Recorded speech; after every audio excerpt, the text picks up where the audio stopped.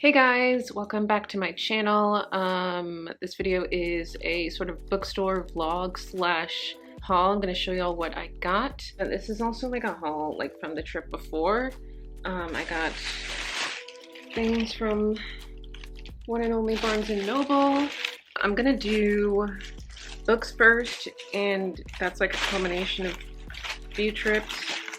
And I'm also gonna show y'all what I got from the last one's music section. We're gonna start with these two books that I got from the last one section, which is in like every Barnes & Noble. Definitely check it out because I got both of these books for $3 each, so $6, like a little bit more with tax total. This one seems a bit out of my comfort zone. Not like comfort zone, but just not something that I usually gravitate towards. It's called The Second Ending. Basically, this woman was like a piano prodigy as a child, and she enjoyed it until she realized that her family was exploiting her.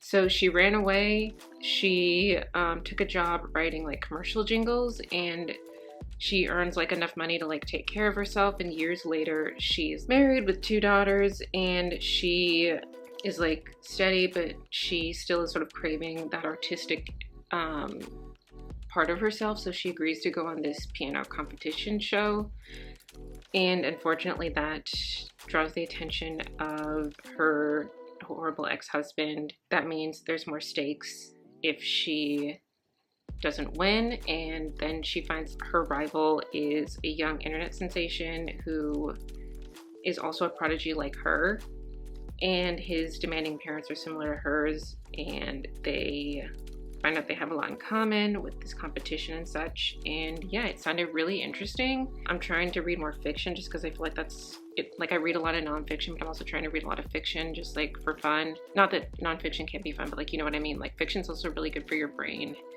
and being very stimulating. Studies have shown that people who read fiction tend to have more empathy. Not that I'm not an empathetic person, but you know what I'm saying. I only paid $3 for this, and there was only one other copy, so yeah, definitely check out that last one section in your Barnes & Noble. The Theory of Not Quite Everything is a bit more of the type of thing I typically have been reading. It's about this sister and brother that live together, and they are dealing with the death of their parents. And she has like a good job, but she wants something more out of her life, and she meets this guy, but her brother's like skeptical of him, and he starts like digging a bit. And yeah, it seems to be about like family, romance, sticking together, that sort of thing. And yeah, I'm very excited to read this one too, and it was also only $3. Next is a book that I didn't get from the last one section, but I read the premise and I was just like, that's so interesting. And it's also a national bestseller, and I learned recently that when it says New York Times bestseller, like, not that it's easy, but it's not as hard as people think to become a New York Times bestseller. And that's not, this is gonna sound, I don't know how to like describe it. I'll try to link like an article or something that describes it better. But basically, like, looking for things like national bestseller are better indicators for books. That's not me saying that like it's not an accomplishment to be a New York Times bestseller, but also to look for other types of things like this. This is about a food writer named Dorothy Daniels, and she loves what she does, but she feels like she can whip up a better dish than a lot of the chefs she writes about. And she also loves like sex, and she decides to go on this sort of like discovery journey. And she's been single for a long time, so she starts to embrace herself and reconnecting with like her childhood and that sort of thing. It sounds like it would be really interesting, and it also says it's like satire of early foodieism and a critique of how gender is defined. Ooh, that sounds interesting. This is this author's first novel too, and she has previously worked as a freelance writer on sex, politics, tech, fashion, and culture. She also has a PhD in British literature, which actually helped with writing. This sounds right up my alley, and I saw this on the table and I was just like, I have to get that. When was this? Is this a new release? Let me look. No, this is from 2020, but still pretty recent. I just thought it sounded so interesting. I was like, I have to have this book. It's It's called A Certain Hunger by Chelsea G. Summers. And I will be linking all these books in my below if you want to purchase any of them.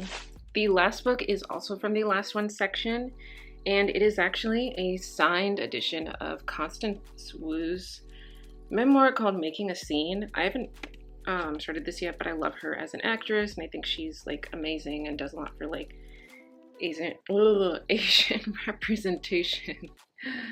Yeah, and it's about like her growing up in Virginia and being scolded for having big feelings and being told good girls don't make scenes, hence the title, suppressing her bold nature as a child. And then she found an outlet in community theater.